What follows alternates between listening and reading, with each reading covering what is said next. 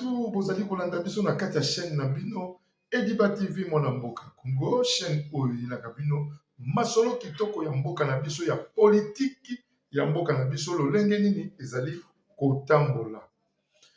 Tokozala molai mingi te na message toyo kopesa bino parce que ezali nde bongo na kati ya chaîne na biso oyo bino bozalaka toujours abonné massivement na kati ya émission tobeleli le marteau sur la table. Lelo tokolobela likambo ya Constant Mutamba oyo azalaki ex ancien ministre ya justice bakati mbano na ye na kati ya cour de cassation lelo na après-midi na mboka na biso Congo démocratique, précisément na kati ya ville ya Kinshasa.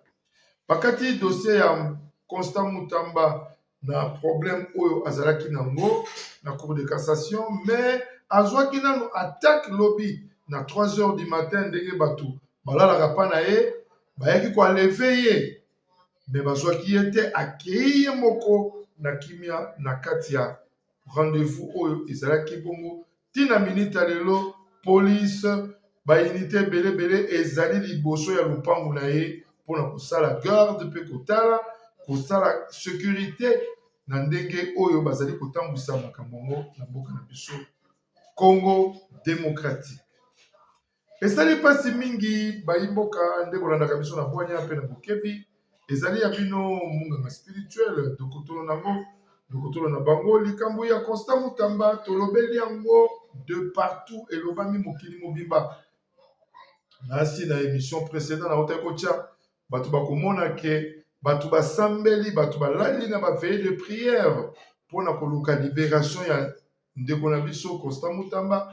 Ba justification ezali koyebana te problème yango ezali au juste nini mpona kokota na lombango na lisolo na biso oyo ya mokolo lelo nde tobengaka toujours na 5 petit résumé na problème oyo ya Constant Mutamba ezali problème moko vraiment très politique oyo tolobaka ezali ya kati ya politique ya mboka na biso ya bakonzi mpe bayimboka oyo bazali kokamba Congo na biso na ndenge oyo bazali kotambwisa ngo na injustice na oteka koloba na émission moko euti koleka awa na bazeur oyo liboso awa sikoyo toye kolobela likambo ya ndenge bakati dossier na ye na cour de cassation bakateli mbano ya 3 ans de prison et puis des travaux forcés na kati ya prison.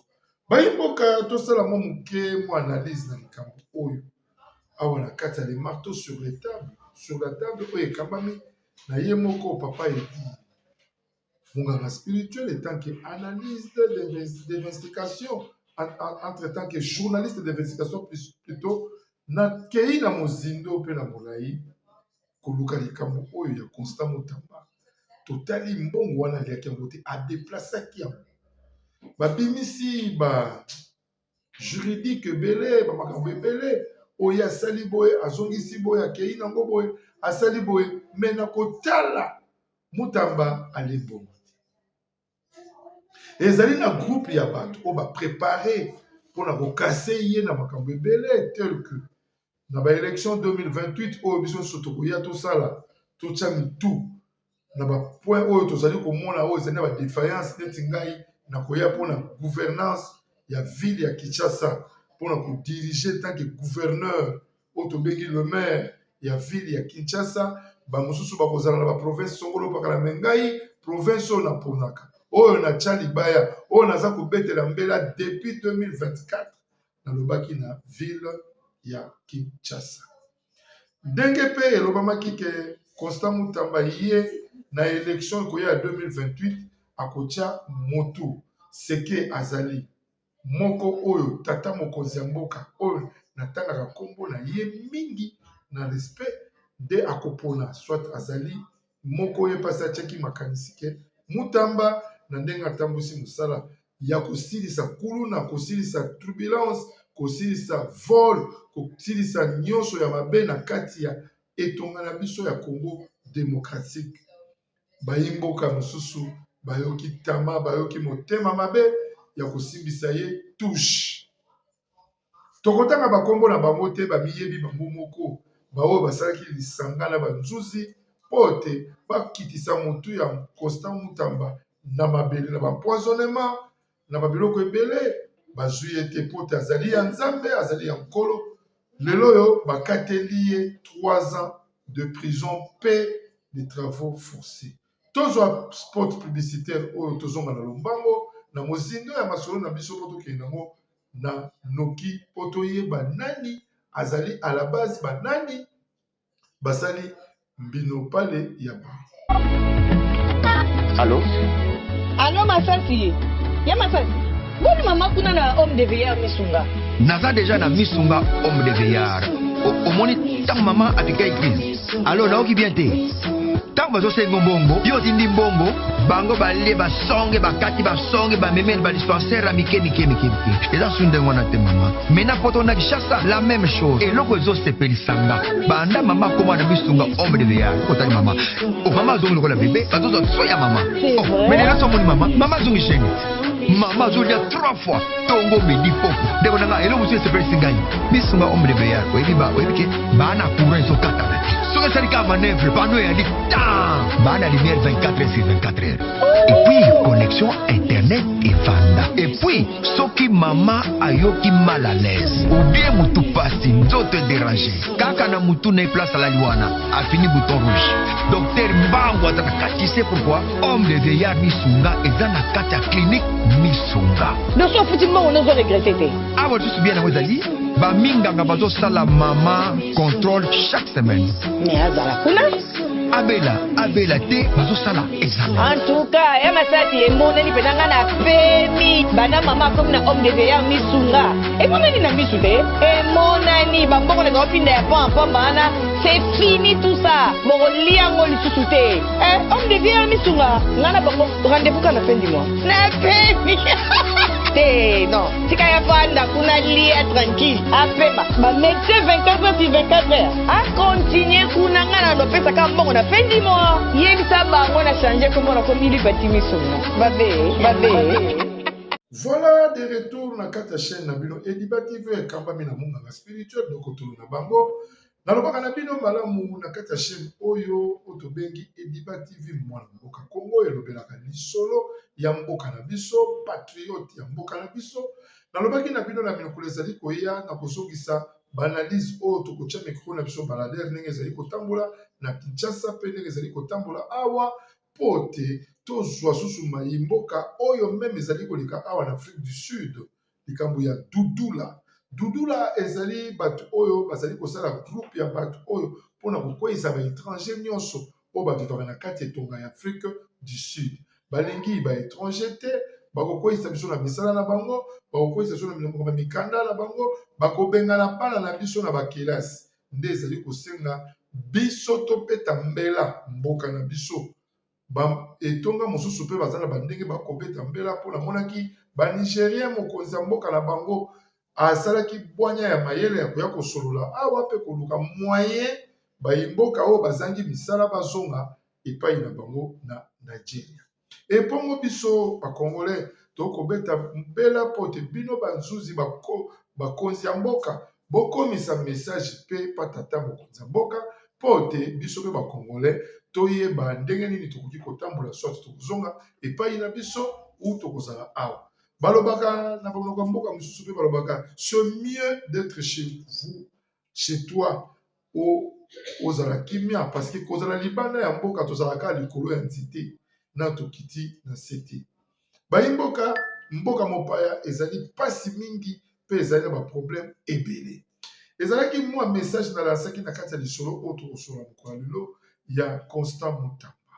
Constant Mutamba anyokwami mingi. Constant Mutamba dossier na ye ekei ezongi ezalaki na nzela te mokili mobimba Afrique du Sud, Angola, Zambie, Namibie, États-Unis, wapi forever France baleli Constant Mutamba na mai na miso pote bayimboka batika likambo oyo eleka na limemia po alie mbongo te alakisi bango na bapreuve bakei na ekoloke te me kompani oyo kosinya nango contrat ezali na eloko te. Oui, vrai awangani yango te asinyaki contrat mpona kopesa kolakisa image ke toza koboya ke kaka bato wana totangaka bakombo kaka bato tolobaka ke bango nde basalaka na pouvoir songolo pakala nde alingi akende na système oyo ya vision ya tata mokonzi ya mboka ndenge alobi ke tobimisa bato mosusu babimi dans le néant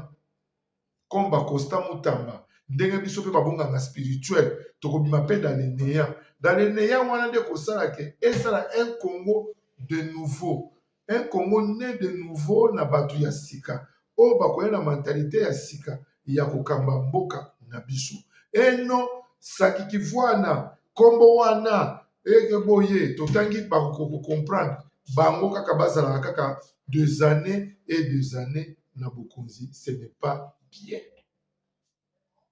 Alors congolais na kozanga discernement, congolais na kozanga poignard, congolais na kozanga spiritualité nde na lobaka toujours balandi loyenge ya bato oyo bazalaka toujours kobundisa vision ya tata mokonzi ya mboka nde nabengaka oyo nyonso abundisaka vision ya tata mokonzi ya mboka tobengi ye M23 parce que biso bato toza na kati ya vision ya tata mokonzi ya mboka tobibengaka mpe babengaka biso ba wazalendo nde omoni lelo likambo Constant Mutamba ekatani na nzela po te badeklaraki liboso 10 ans ere bazongisaki procès yango na 5 jours nde bakoti mitingi oyo tobengi bareunion ya kafu ya mbutu mpona kokweyisa mwana mboka Constant Mutamba yasala 3 ans de prison mpe ya batravaux forcés esali biso bayimboka pasi mpe mawa mpona nini boye Congolais akoboma kaka véritable originaire ndeko na ye congolais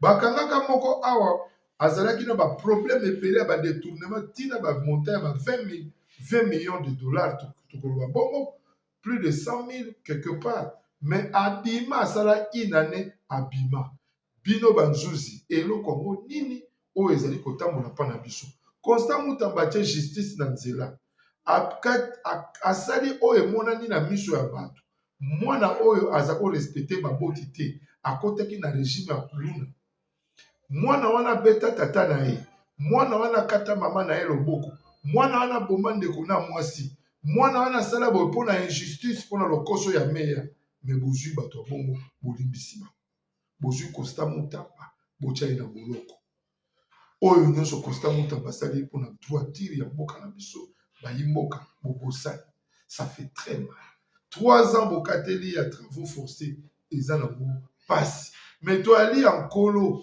tolobaka yango chaque fois comme tozali ya nzambe eloko oyo toza kosala soki ozali kobundisa mwana nzambe okozala toujours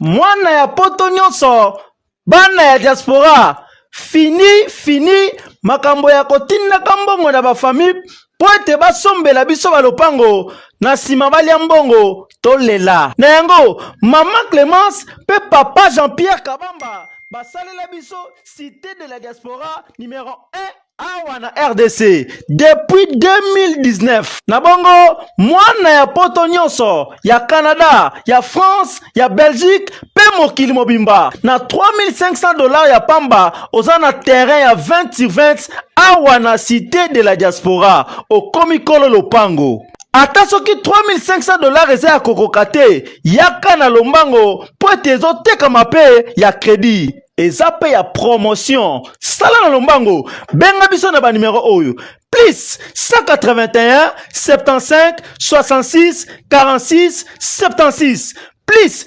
243 80 84 20 140 mpo na baterrain na biso eza ya kobangela te leta mingi bato bamona na justice ya mosala ya Constant Mutamba oyo aza kosala bayebi ke baza na bamabe na bango mingi ere kosilisa etape oyo akomata na etape boye ere kolongwa na etape boye akokende na etape boye batali ke te moto oyo avant gouvernement mosusu ebima tika tocreye dossier moko boye tokende awa tozonga awa mpo te alala na boloko tobungisa trace na ye baloba mwana nzambe bakangaka Joseph batiaka ye wapi bakangaka Moïse batiaka ye wapi suka nango babimaka alors justice oyo ezalaka ya monene na mokili ya tata nzambe meme bino banzuzi boya kosambisa soki ezali makambo yali kotambola na lokuta bakotia bino maboko. Yango moni biso tokoloba na mosala oyo tokosala totie nanu bospiritualité ya bonzambe liboso mpona kolakisa bayimboka. Nous travaillons pas avec l'esprit de l'argent. Nous travaillons tout juste pour montrer aux gens que bazali kosala injustice, bato bakotambwisa makambo nyonso na potopoto, bakotambwisa bato nyonso na makambo nyonso na désordre, que bafaire souffrir des honnêtes. Balongola honnête na mokili po batia bato bali baderober. Alors que na Congo na biso on a besoin de vitesse. Tolobi mingi awa tata mokonzi boy asali boy azongisi boy mutamba ye po atia droiture na makambo yango botie na se. Biso tokosenga mbela na ye moko tata mokonzi mboka atalela biso likambo wana. Ata akoti boloko alala 3 ans te tolandela dossier wana mutamba abima libanda pote asala mosala oyo eza komonana. Congolais misusu kutu bakoloba nga nakomi kolinga mutamba mingi koleka meme fiancé na ngai, nakomi olinga mutamba mingi koleka meme mobali na ngai. Elakisi ke mutu asalaki makambo ya kitoko na liboso ya bato. Nakosala émission moko mikolo ezali koya awa sona libi mikolo ezali koya kozisa pe lobi bien sima lobi nakobengisa analyse moko na kombo ya Yves Mopompa tokoleka na kosolo likambo ya Constant Mutamba oyo po toyeba bayimboka oyo bazali kosala dérobation na mboka na biso boali kotika bango mais oyo azali kotambola na justice ya solo boali kotia ye na mbeka. Meme biso toali koponda makelobi to kosala mosala na mboka na biso tokomi kobanga pe tala liwa ekangi Bishop Chatumba epai na biso na Congo pote moko kaka ya bakongole oyo toali kosuspecte mingi abengisaki ye na mboka mais lelo oyo Bishop aperde vie na ye. Donc boni Mutamba tambwisi makambo na solo mais botelemeli yango bokanisa okima abo okima lakisi bino ke azalaki innocent mais tous les préparations bozalaki kosala azalaki nango informé na matoi. Na kozongisela bino lelo ba vidéo oyo ezali koleka na cour de cassation bazali kosambisa Mutamba naza korepete yango pe na na kolakisa bino ba vidéo oyo bato bazali kolela bazali kosambela po totoluka libération ya Mutamba. Derrière cette mise en scène se cache un affrontement plus profond. Il s'agit d'un homme qui voulait réformer et un système qui ne veut pas mourir. Dans ce théâtre judiciaire diffusé en boucle à la télévision, ce n'est pas la vérité que l'on cherche, mais un homme que l'on veut briser. Les adversaires de Constant Mutamba ne lui pardonneront pas. Face au procès d'enquête sur le prétendu détournement de 19 millions de dollars, Constant Mutamba résiste. Il a même défié le ministère public devant la Cour de cassation. Si les 35 millions ou les 19 millions de dollars sont toujours logés dans le compte du ministère de la Justice, alors il faut arrêter de détourner l'attention du peuple de l'essentiel. Je vous rappelle que devant la Cour de cassation, Constant Mutamba a opposé une résistance juridique rare. Avec un ton calme mais ferme, il a mis au défi le ministère public de produire ne serait-ce qu'une seule preuve matérielle d'un quelconque détournement. La réponse de l'accusation porte sur l'intention et non sur le détournement. Ce n'est pas le détournement qui est reproché, mais l'intention de détourner. Depuis quand on juge l'intention en l'absence de l'acte en droit pénal?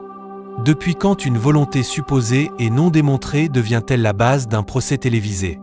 La dérive est grave, car elle fait basculer le système judiciaire de la sanction de faits avérés à la persécution d'intentions imaginées.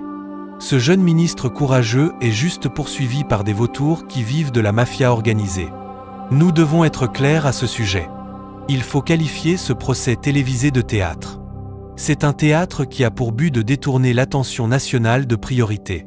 Comment expliquer que celui qui a donné le ton pour remédier à une justice malade soit poursuivi tout simplement parce que le procureur près la Cour de cassation aurait vu les intentions?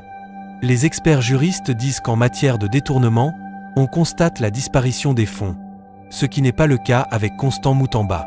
Ce procès n'est pas anodin. Il interroge la conception même de l'état de droit en RDC. Dans cette affaire, le véritable détournement n'est peut-être pas celui des fonds, mais celui de la vérité. Mutamba est jusqu'ici un ancien ministre accusé sans preuve tangible. Le prétendu compte du scandale de la Raobank n'a pas été ouvert par lui. Constant Mutamba a rappelé que ce compte a été créé et utilisé par ses prédécesseurs. À son arrivée à la tête du ministère de la Justice, ce compte contenait 8 millions de dollars. Mais aujourd'hui ce compte contient plus de 30 millions. Faut-il condamner un ministre pour avoir sécurisé les finances publiques? Mais pourquoi Constant Moutamba est poursuivi s'il n'a pas détourné? Doit-on incriminer un homme pour avoir multiplié par 4 les ressources du ministère de la Justice? Il n'existe pas un seul document dans lequel on peut nous prouver que même Zion en question voulait piquer 19 millions de son compte, d'une part. Ou doit-on plutôt s'interroger sur les véritables motivations de ceux qui l'accusent? Le débat aujourd'hui s'articule sur les intentions de détournement que relève le ministère public. C'est à ce niveau qu'il y a ambiguïté.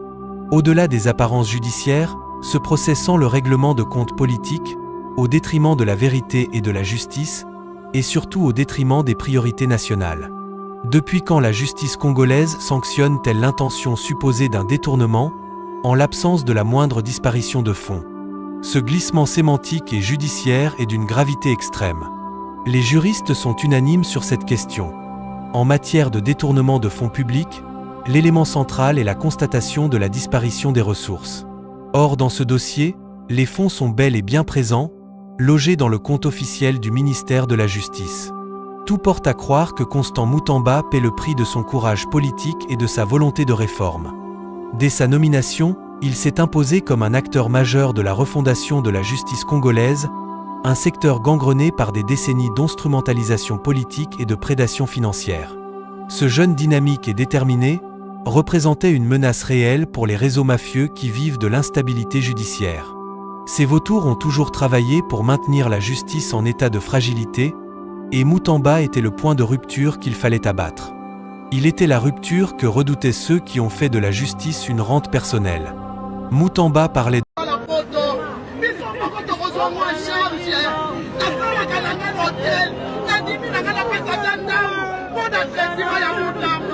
Papa Fajiwani, nakitisima ya miso, kotika bisote, yoka bisoma mwa, Papa Fajiwani.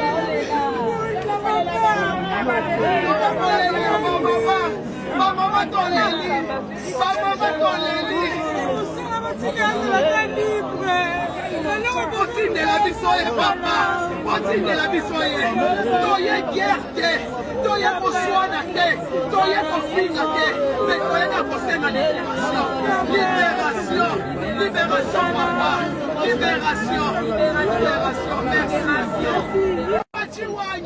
Voilà de retour na kati ya émission na bino Ediba TV mwana mboka Congo oye kambami na humble serviteur ye moko tokotolo na bango papa Ediba oya sakana likambo na motote le chroniqueur qui fait son boulot sans polémique au fingi na gauche na bimeli na droite au fingi na droite na bimeli na gauche na yebisi nzambe piniri parce que oyo nyoso kotanga kombo ya munganga spirituel na mabe nzamba kokutana nga naza te ke o nakosalela bonasi naloba na bino natikala na bande na nga naza tshisekediste te naza mpe moto ya idps te bande na nga ezali ke naza na mpe elengi na nga mposa na nga ezalaka vision ya tata mokonzi ya mboka nde nga nasalelaka tellement ke nazalaka na esengo ya kozwa président de la république ko un vrai congolais oyo aza na vision moko oyo aza na vision kitoko lelo yo botala ndenge Amérique auti ko signer signature ya kolakisa bino ke définitivement mandat ya muyibi ya munene ya Kagame aussi la kala mingi te pona nini po tata mokonzi ya mboka oyo toza na ye azali na droiture siko bilembo ya bongo nde esala ngai munganga spirituel nazala vraiment nakoki koloba na li fanatique na ye nasepelaka na vision na ye namonaka oyo ye asalaka ezali malamu donc soko fingi papa mokonzi ya mboka nga na kotelemela yo donc c'est-à-dire que nazali tshisekidiste te mena nini nsima ya droiture na ye oyo nabengaka komboni avec respect mingi son excellence monsieur Antoine Tshisekedi Tshilombo Mukwa Tombolo Fachi Béton.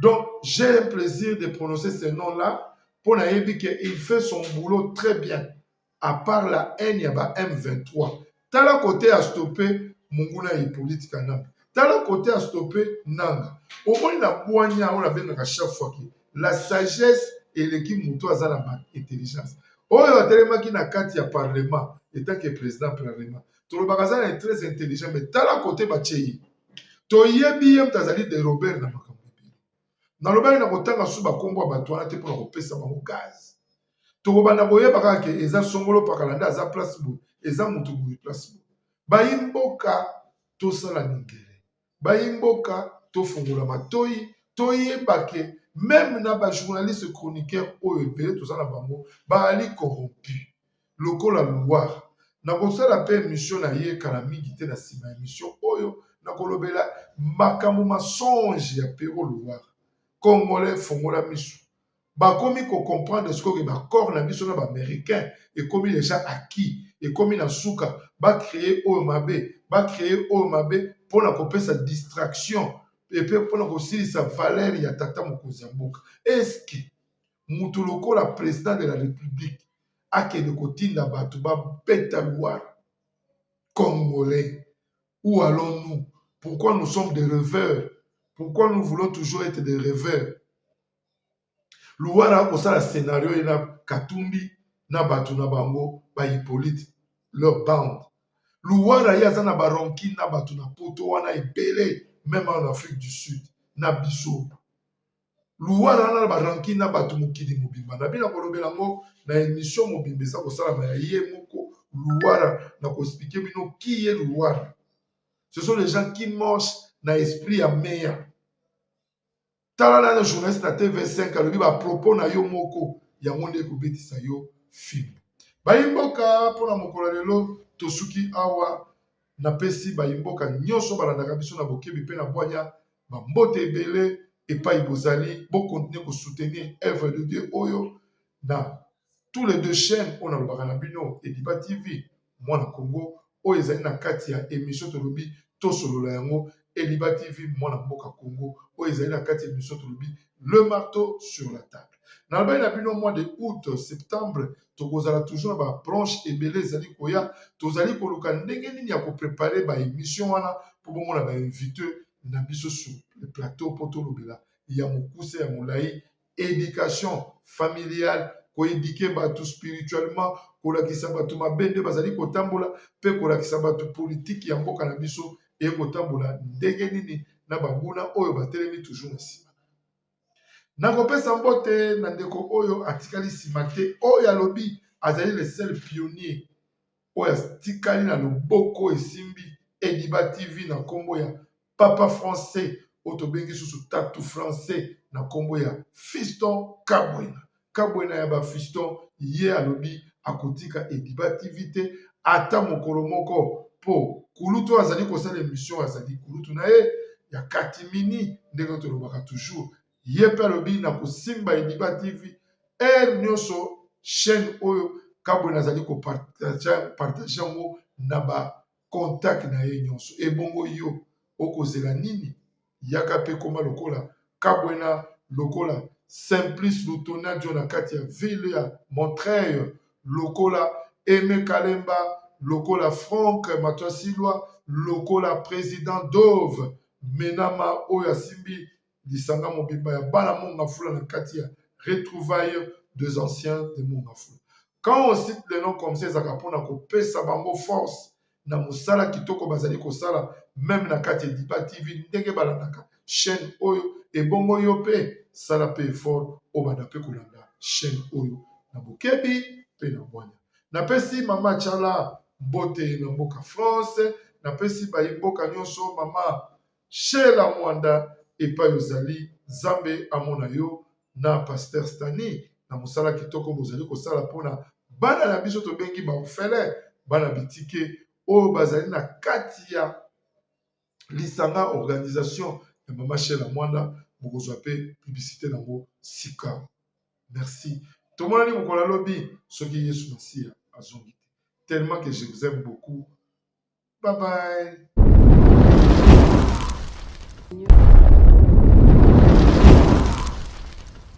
Dans Seigneur nazali chez la Mwanda Fondation na yeli sous liboso na bino pona osenga bino merci na ba oba soutenir orphelinat chez la Mwanda nzambe ya lola apambola bino tozomona ba effort na bino tozomona bolingo boza nango à travers Fondation chez la Mwanda nzamba apambola bino na yeli sous liboso na pona kosenga bien aimé bokanisa bana na bilamba bokanisa bana na kolia bokanisa bana na minerval bokanisa bana na ba soins médicaux nzambe akozanga te kopambola bien aimé ozana posa ya kosunga ozoluka place ya kotia mbongo na yo bien aimé tala place ya malamu yango ya kotia mbongo na yo na Fondation chez la Mwanda nzambe akozongisa bila kopambola bakoko na yo akopambola pe bana na yo na pamboli bino na kombo na Yesu.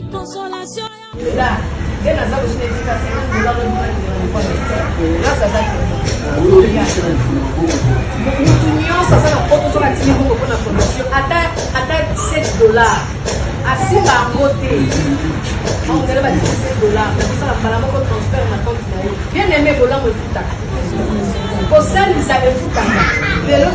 Donc, nous avons dit que nous avons mais nous avons dit que nous avons été ça n'a pas été lobby et au travail à témoigner aussi la télévision.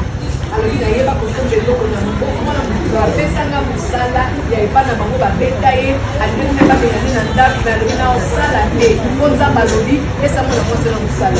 De là, nous avons bénéficié de la grâce de Dieu. De là, nous avons fait tout comme on a pour la famille, papa n'a gâté, il y a maman n'a gâté, il y a mon bani n'a gâté, il y a une zamba salle à gâté. Consolation.